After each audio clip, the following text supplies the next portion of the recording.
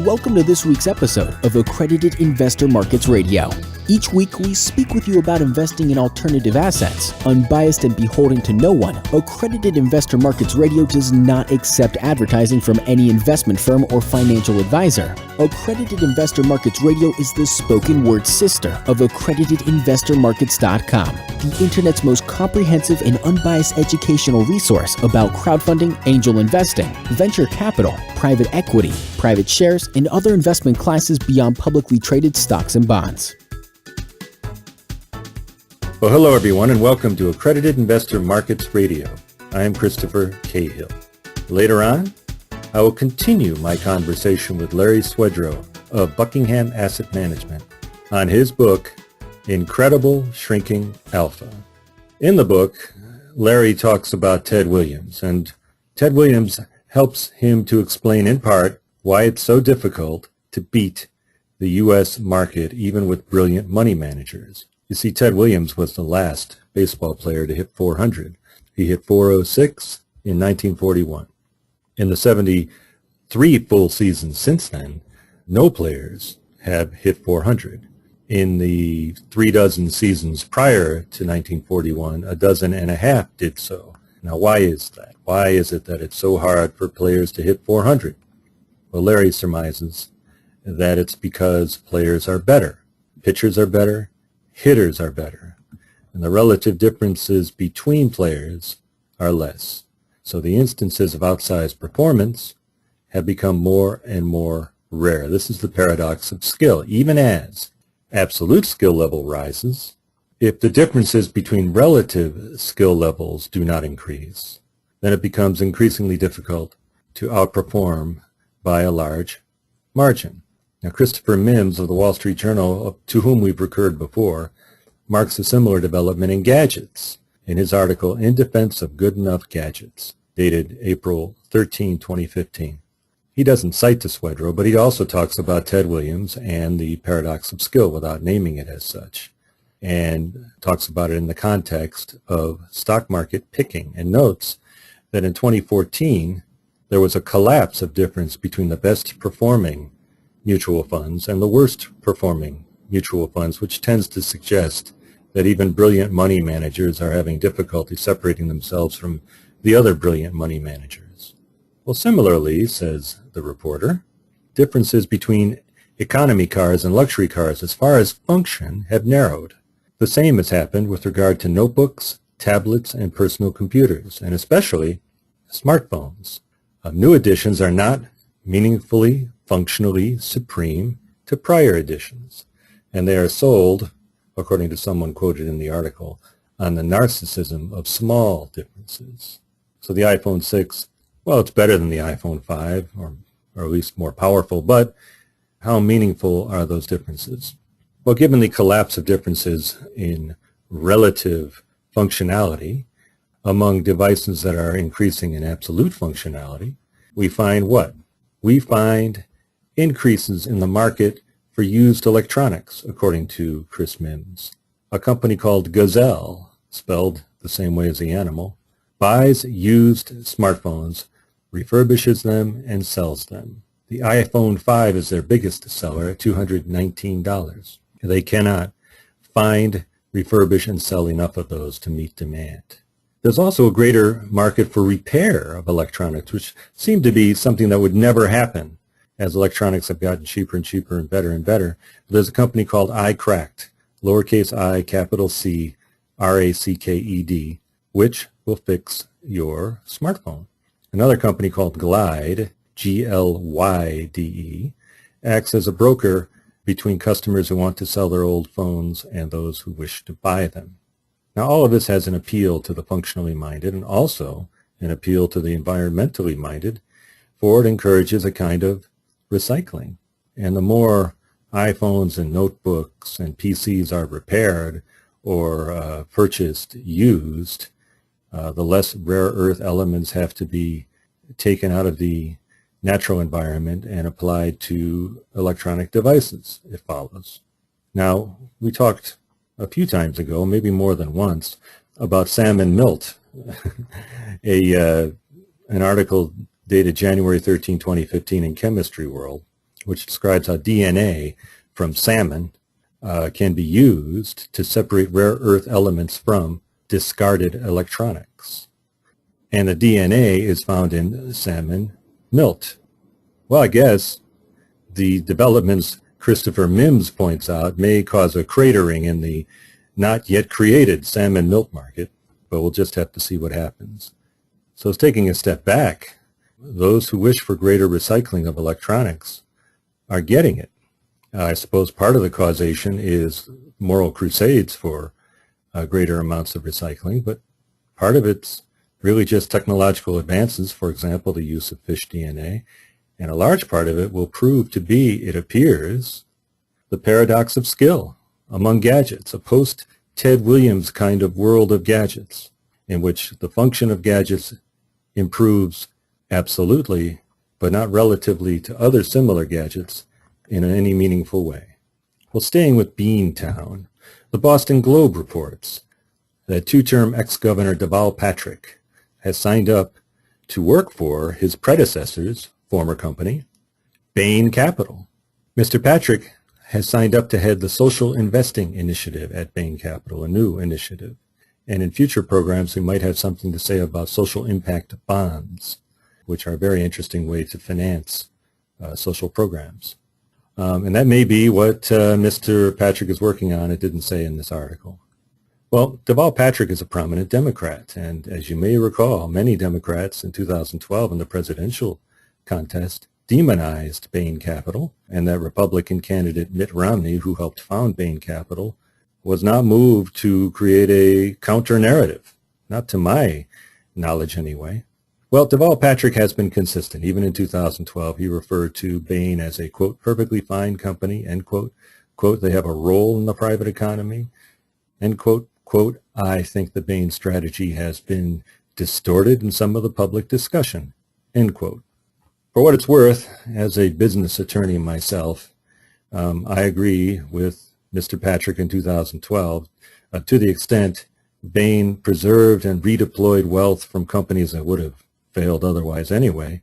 I'm not sure what they were doing is subject to legitimate criticism. Of course, they were doing various things. The Boston Globe article is entitled Deval Patrick Takes Investing Role at Bain Capital, written by Beth Healy, dated April 14, 2015. Now, wait a minute. Is the two-term governor cashing in?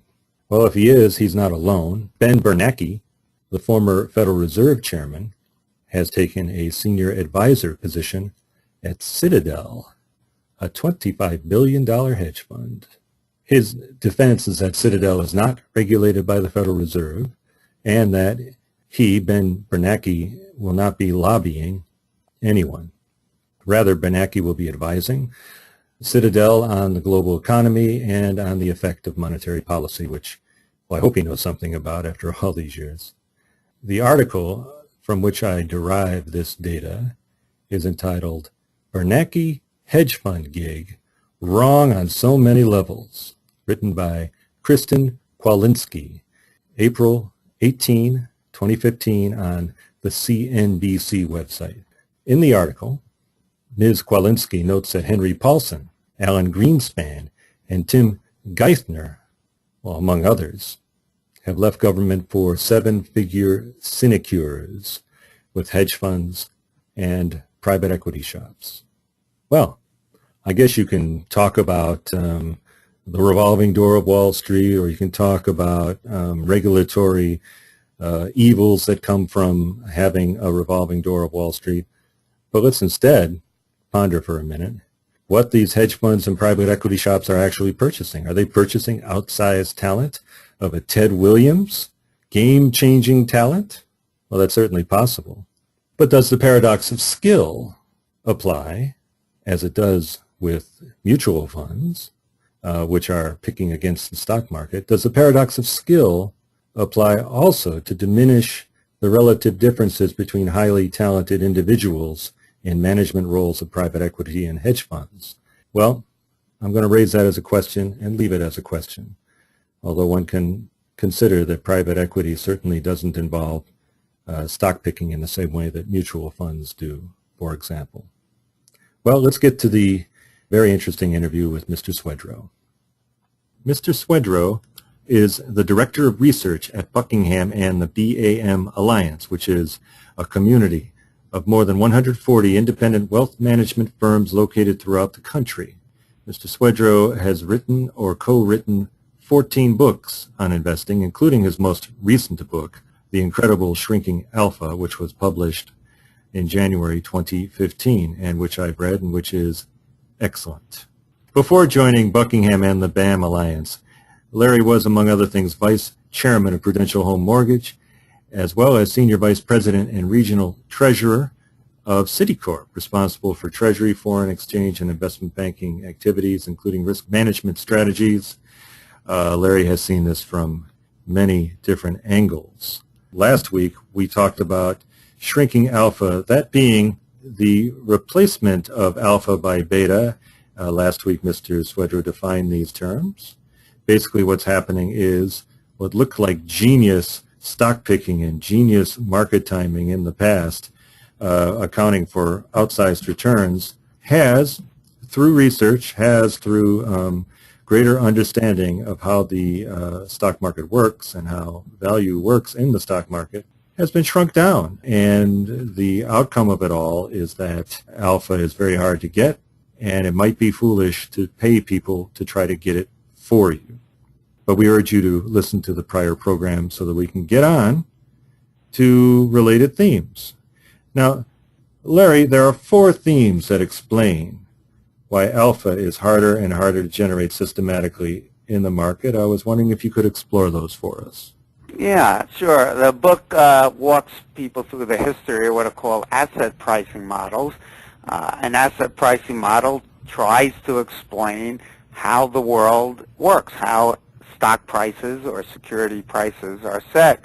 And our first model was created about 50 years ago.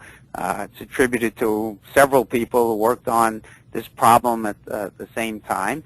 It was called the capital asset pricing model. It was a single factor model, with the single factor being called beta, which is a definition of or a measure of the risk of a security or portfolio relative to the overall risk of the market. So if you have a portfolio that had more risk than the market, then you had a beta of more than 1, because the market has a beta of 1 by definition. If you own defensive stocks that like utilities or grocery store chains, you would have a beta of less than 1. And that was our first model. Unfortunately, like all models, they're flawed or wrong. They are like, think of them as engines that drive our ability to understand markets, but they're not perfect representations like a picture would be of how the world works. And so lots of problems started to come up because this model was only able to explain 2/3 of the differences of returns of diversified portfolios. So if you own a portfolio of 100 stocks, Chris, and I own 100 different stocks, and I got 10% and you got 13, the model, using just this one factor of beta, would be able to explain 2% of the 3% difference between ours. But it was unable to explain that extra 1%. Which we might have attributed to genius of some kind or ability. Yeah, it may in fact be genius. Yes. It could be stock picking skills or market timing skills, or it could be that the model is false or misspecified. There's some other factor that we didn't know about at that time. That model was the operating model for about 30 years, from the early 60s up until 1992, because in the 1980s, there were papers written showing that there were 2 other factors that help explain returns. One was that small stocks outperform large stocks by roughly 3% a year, and the other was that value stocks of companies with low prices to earnings, for example, they outperform growth stocks by about 5% a year. And in 1992, 2 professors, Farmer and French, wrote a famous paper, The Cross-Section of Expected Returns, and they basically summarized this research, and we went from a 1-factor model, which was beta or market beta, to now a 3-factor model, which included size and value, And the explanatory power of the model all of a sudden jumped from about 2/3 of the differences in returns of diversified portfolios to about 92% or so. So that left a lot less room for a possibility of either other factors or stock picking skills. The key thing here was, though, it converted, as you were mentioning, what was once alpha. If you bought value stocks, you were outperforming by 5% a year, and you could truly claim genius. You were a great stock picker. But now I could buy an index fund that was run by Vanguard or others that would give me that same exposure to value stocks in a lot less risky way, because I would own all the value stocks, not just the ones that some genius thinks would outperform. So that was the first big revolution. Alpha got converted to beta, and alpha disappeared because you could no longer claim alpha simply by loading or gaining exposure to these factors in a more of a way than the market did. The next big innovation came 5 years later. A fellow named Mark Carhart wrote a paper showing that momentum stocks had outperformed also. So stocks with superior performance in the last year continued to deliver that superior performance for another 5 months or so, and stocks that had poor performance in the last year continued to also do so for about 5 months. He had actually built on the work of others, but he used this momentum factor, adding it to the Farmer French size and value factors, and we now had what was called a Carhart 4-factor model. So investors, genius gurus, whatever you want to call them, who were outperforming up until then because they were gaining exposure to these stocks that had been doing well for the last year and avoiding or even shorting the poor performers, could no longer claim alpha. They now could get in beta. Today you can buy a momentum fund or an ETF. All the funds that I use for our clients, about $25 billion of assets, the fund families we use are Dimensional Fund Advisors, Bridgeway, and AQR. They all incorporate this momentum factor into their portfolio construction rules. Okay. So once again, alpha had become beta. Now, I want to make sure we make clear that this doesn't take anything away from the people who until then were generating alpha. And indeed. But now we could all do it. And indeed, Larry, as far as people generating alpha, we spoke last time about one person in particular, because it's a name our listeners will all find familiar. Mr. Buffett was a genius in that he was operating, he was investing and taking advantage of value and quality, at least, many, many years, decades before these factors were discovered by the academics you mentioned, for an example. Yes, absolutely. Obviously it doesn't take anything away from Buffett's performance. In fact, that's often how academics discover these factors. They look at the portfolios of the active managers who are generating persistent alpha to see if it's stock picking skills, or they can somehow discover a common trait like low price to earnings, for example, or small cap stocks. You mentioned this quality factor, which is the next big innovation, which came in 2012. A fellow named Robert Novi Marx added this. He had built on prior research, including a paper by Farmer French, that found that companies that generated high profit margins tended to outperform, even though you had to pay a higher price earnings ratio for them. They tended to be more like growth stocks.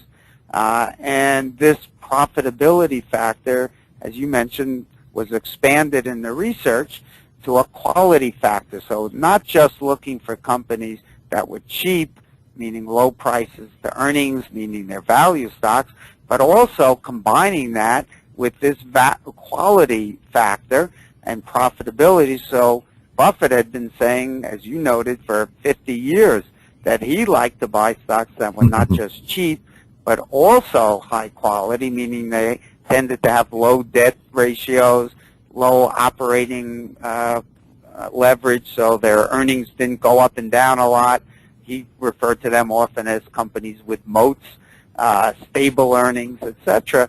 And here, this quality factor, they found that stocks that were quality companies were outperforming by about 3.7% a year. That was on top of the momentum factor, which was like 9% a year, and the value factor, which was 5% a year, and the size factor about 3%. Once you now had all these factors, these 4 factors here that we're adding to the market, you now explain almost all returns. You're up in the very high 90 percentile, meaning that we now know the sources of returns. There's very little room for any other factors to add any more value, and there's very little room for stock picking skills because we find that most of the returns are explained by exposure to these common traits. Okay, and that means when you say we know that means everybody who's active in the market, everybody who's expert in the market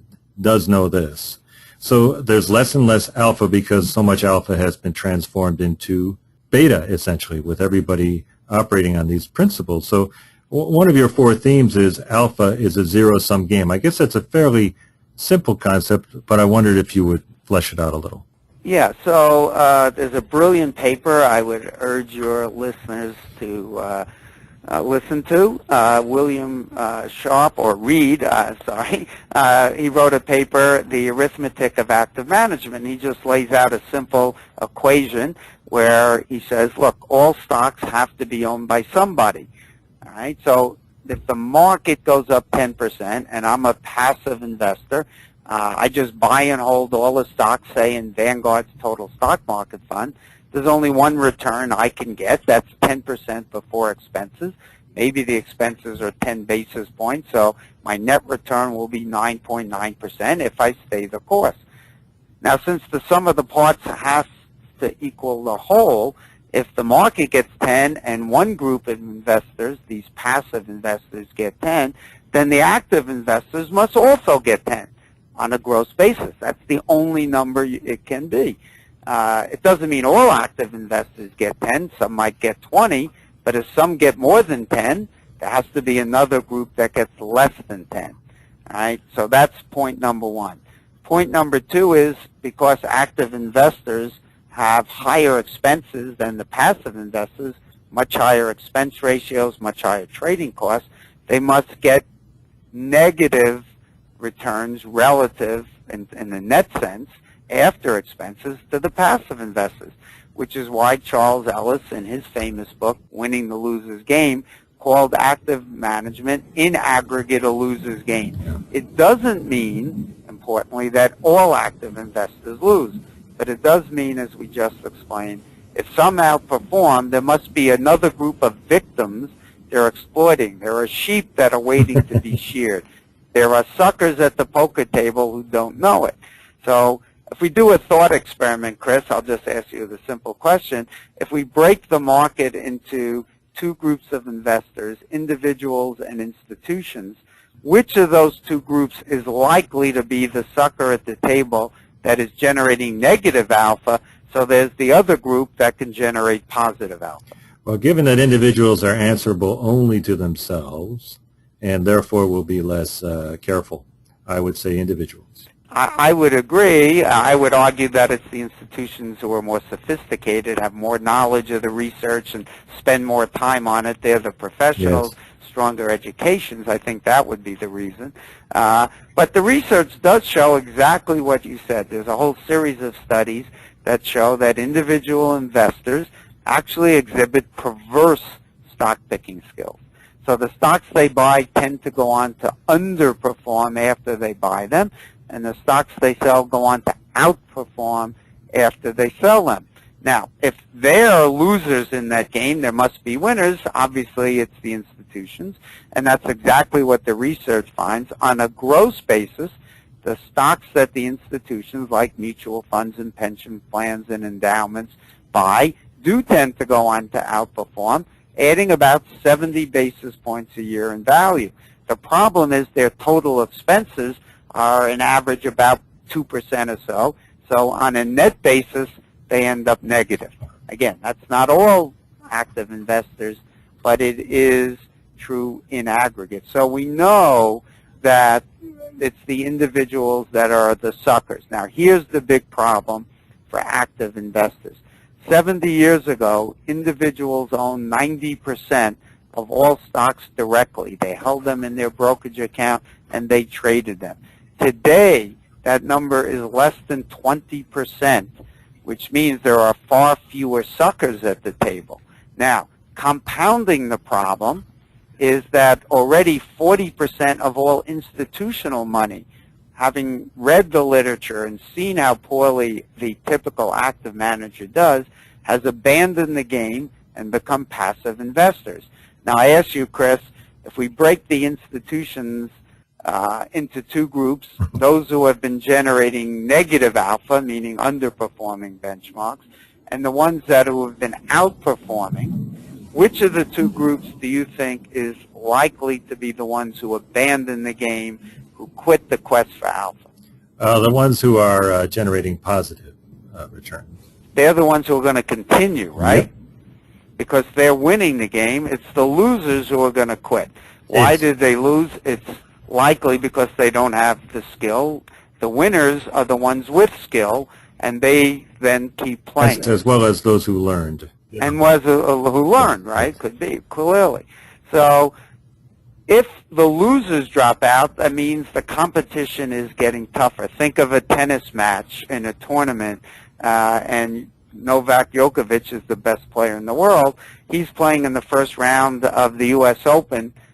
He's playing against somebody who's probably not even ranked in the top 60 or so. He almost never loses a match like that. He wins easily. Typical scores might be 6-2, 6-3, 6-1.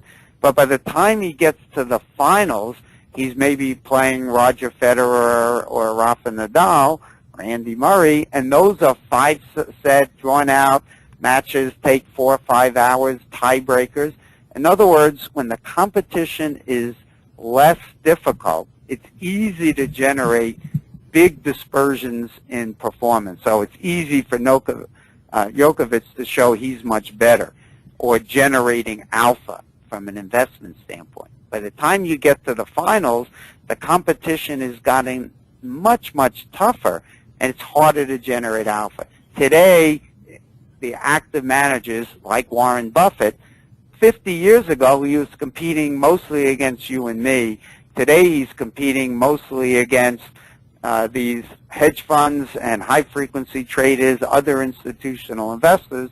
It's much harder to generate alpha. And in fact, in the last 15 years or so, Warren Buffett has not generated any alpha at all. In fact, the last 15 years we looked at in our book, he had actually underperformed the DFA Large Value Fund, which is the fund we use to give us exposure to the type of stocks that Warren Buffett buys, only it's more like an index. And indeed, we spoke last time about a bet between Warren Buffett and some activists, or active traders, I should say, not activists, but active traders.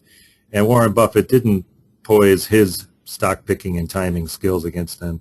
No, he posed an S&P 500 index fund against them, and thus far is prevailing in returns.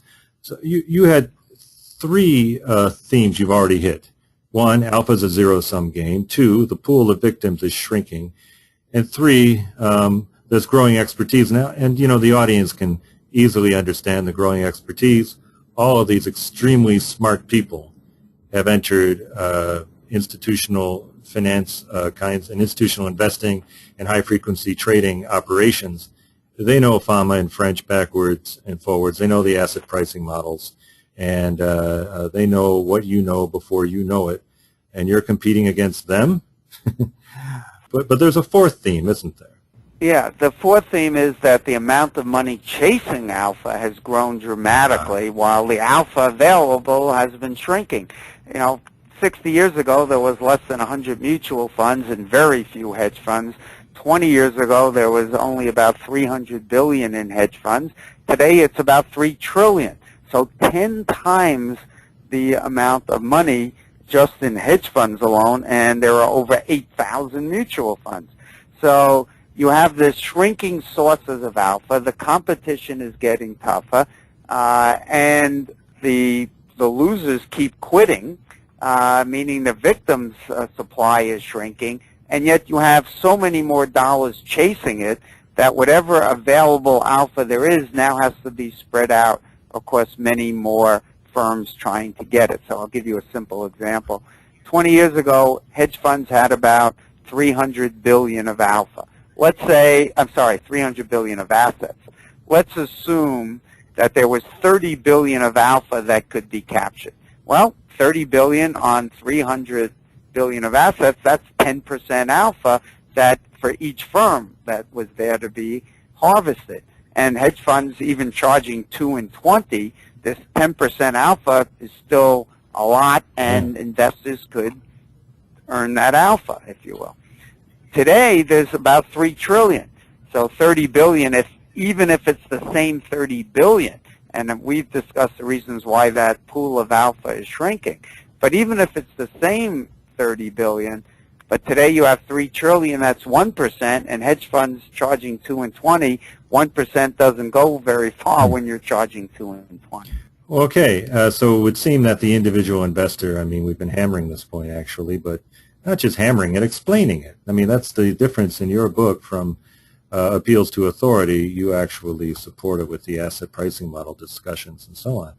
But what we've been explaining, and what you've been explaining, is what the individual investor should do, which is go passive and rebalance, right? Right. Well, here's the bad news for the active believers.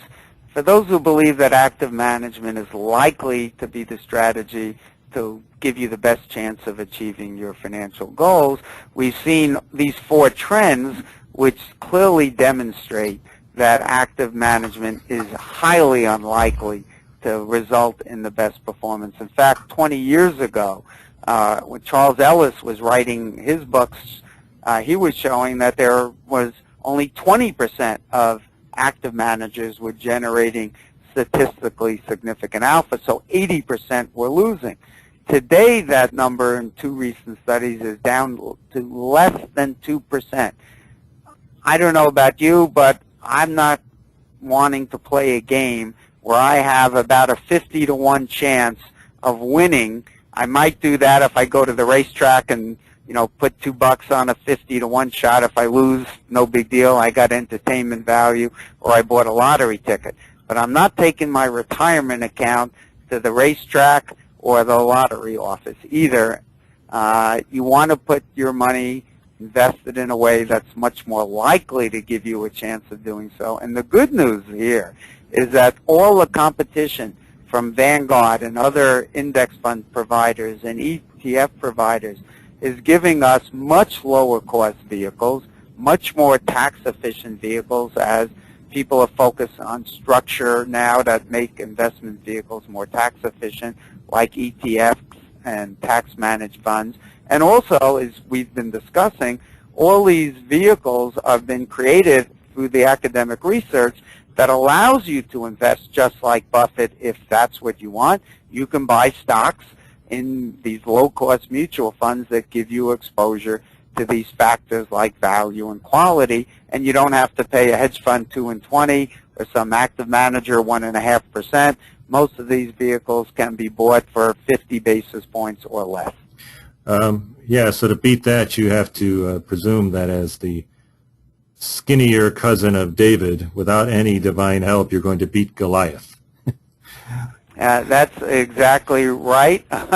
Here's the interesting thing, which I point out in my book. There's, I think, a great analogy, is today's baseball players are far superior athletes. They're bigger, stronger, quicker, better training routines, better diets, some would say better pharmaceuticals, than the athletes of 70, 100 years ago.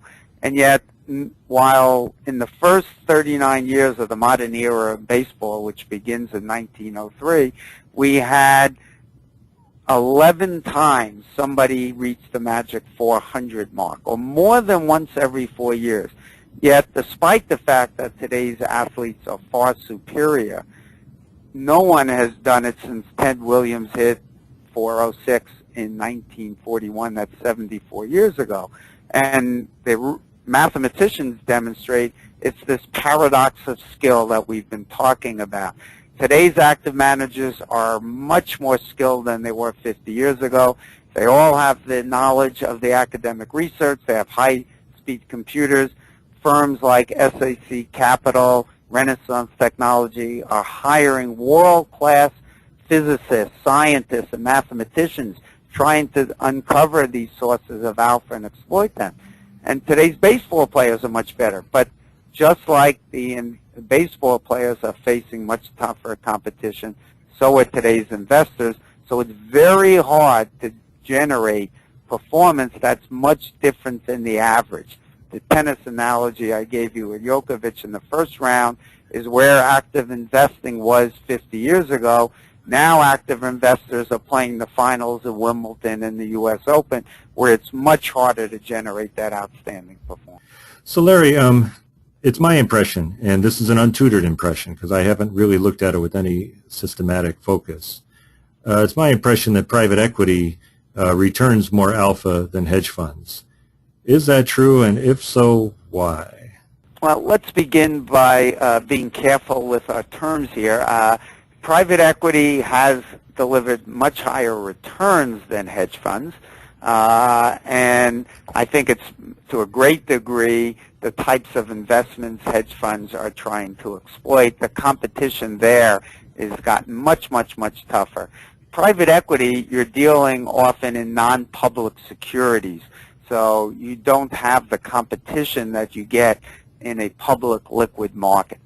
Having said that, there's a lot of good research on private equities. I wrote a book called The Quest for Alpha that looks at the performance of active managers in their quest for alpha, meaning outperformance against appropriate risk-adjusted benchmarks. And it covers the categories of individual investors, mutual funds, pension plans, private equity, and hedge funds. And the only area you see some evidence of outperformance is in private equity. However, you have to be very careful here because most of the claims of outperformance for private equity come when they benchmark against the S&P 500. Now, I think you and I can agree, Chris, the S&P 500 is very large, tending to be more quality stocks that are perfectly liquid, big companies. They're not the type of companies private equity is investing Less in. risk. Often private equity is venture capital, funding people out of their garages, or maybe a step beyond that. They tend to be smaller companies, much more risky, early-stage investments. So if you benchmark those venture capital, private equity returns against more similar risky, small value stocks, which we know from our prior discussions have outperformed the S&P, I'm now telling you about 4% a year, all the outperformance or alpha for private equity disappears. In fact, it becomes negative, and yet we still haven't accounted for the fact that private equity is still much riskier because if I invest in publicly available small value stocks, the fund I use owns over 1,000 of these companies, and I have daily liquidity and can trade it every day. You're in private equity, you could be locked up for 5-10 years, and you can't necessarily get liquid if you need it. So once you adjust to these factors to create a more apples-to-apples risk basis, there is no evidence of generating alpha overall in the private equity industry. And to say nothing of tax issues with regard to private equity returns as well, and the fees, which you mentioned many times, but it's always worth bearing in mind with private equity if you're playing in that space. Well, private equity generally is going to be fairly tax efficient in most cases because they tend to be multi-year investors, where hedge funds are trading daily, in many cases, and throwing off lots of short-term ordinary income. So they're likely to be less tax efficient. Okay. Well, if private equity has the appearance of generating alpha, certainly in recent months or maybe even years, commodities have had the appearance of generating the opposite of alpha. And when one is constructing a diversified portfolio, one is often advised to have commodities in it. Is it the wrong question Or the wrong framing of the No. question that I just offered, that commodities have been generating the opposite of alpha? Well, commodities don't generate alpha. What they do is they generate a return for that index of commodities if you're buying an index type of fund, and there are several index funds. The key about commodities and why people make mistakes in buying them is commodities should never, ever be bought to generate high returns, because commodities themselves should have no expected return above a riskless rate. There is no risk premium, if you will, like you get when you invest in stocks and take the risks of the market, or take even greater risk by buying small caps or emerging market stocks, or if you buy risky bonds or long-term bonds, the market compensates you in the form of higher expected returns for taking risks. Okay, so that's the first point. Commodities, however, even though they shouldn't be bought because you should expect high returns, can play a role in a diversified portfolio for those investors who are looking to hedge some risks. So let's talk briefly about those risks. When do commodities tend to do well? They tend to do well in one of two periods. When you get unexpected inflation, commodities clearly are a source even of inflation, and that's when stocks tend to do relatively poorly, but even more so, bonds tend to get killed during that period. So if you're going to own some longer-term bonds and some stocks, well, then you can own commodities to hedge that risk. And if the risk doesn't show up, you shouldn't be complaining. The last several years we've had no inflation, so you bought longer-term bonds, and they did well, and don't complain that your insurance policy didn't pay off. It would be like, Chris, if you bought life insurance and complained you didn't die. That would be a silly thing. I know you would never do that, but people don't think that way when it comes to commodities. So now let's think about when commodities also do well is if we get a supply shock in a negative way. So an oil embargo, a war. If Iran were to block the Straits of Hormuz, tomorrow oil could be $150. And that's when stocks can get killed, and you want that hedge. All right? So you buy a small percentage of your portfolio, and you pray that you don't get that supply shock or unexpected inflation. But you also have to understand commodities tend to do poorly in two other types of periods. They tend to do poorly when, one, you get less than expected inflation, like we've had the last few years. Well, again, if you own your longer-term bonds and you bought the commodities a hedge, your bond portfolio did well. The other side is if you get a positive supply shock, like we've had because of the technology innovations from fracking.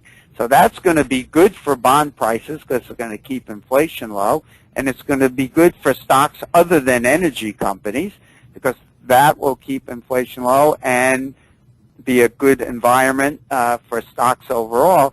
So again, you shouldn't complain if it does poorly. You bought it against insurance, and those risks didn't show up.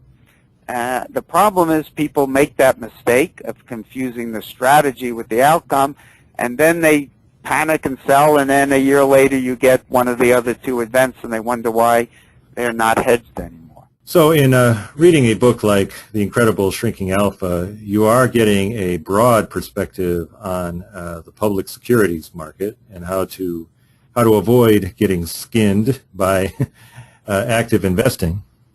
But you're not getting a comprehensive picture of your stock portfolio, and everything needs to be evaluated in the appropriate context for the individual investor. I guess, is that a broad way to put it? Yeah, the way I would say it is this. The mistake that investors often make is they look at their portfolio components in isolation when that's the wrong way to think about it. You want to think about how when you add an asset to a portfolio, it impacts the overall risk of the portfolio. So I'll give you one simple example. Say I happen to believe that interest rates are likely to stay down for a long time for whatever those reasons. So, and there's a steep yield curve or either of those two things. So I want to take advantage and go buy longer-term bonds for my portfolio. All right? Yeah. If I do that, I'm now running the risk of unexpected inflation. Okay? So to hedge that risk, I may want to add a little bit of commodities to my portfolio, and I'm going to pray that my 3 or 5% commodity position does poorly because my 50% or 60% bond portfolio will then do well. But at least I have a hedge against that potential risk. All right. And the same thing on the stock side. And it's how these asset classes all mix together is the only right way to look at things. Well, Mr. Swedroe, it's been a privilege. Let me just one more time mention the name of your book, The Incredible Shrinking Alpha, one of 14 books Mr. Swedroe has written or co-written. And it's been a pleasure and a privilege to have you on this program, Larry. My pleasure. Be glad to come back anytime, Chris. This has been Accredited Investor Markets Radio. I'm your host, Christopher Cahill. Accredited Investor Markets Radio is produced by Stephanie Strait. Let's do this again sometime. Thank you for joining us. If you enjoyed this episode, you can subscribe through iTunes or Stitcher, or you can download our app from Libsyn. You can also listen right on our website, www.AIMkts.com. Each week, Accredited Investor Markets Radio brings you news and education about investing with a focus on alternative assets. To see a short-written summary of this episode, go to www.AIMkts.com. Accredited Investor Markets Radio is a production of Financial Poise Radio Productions, LLC.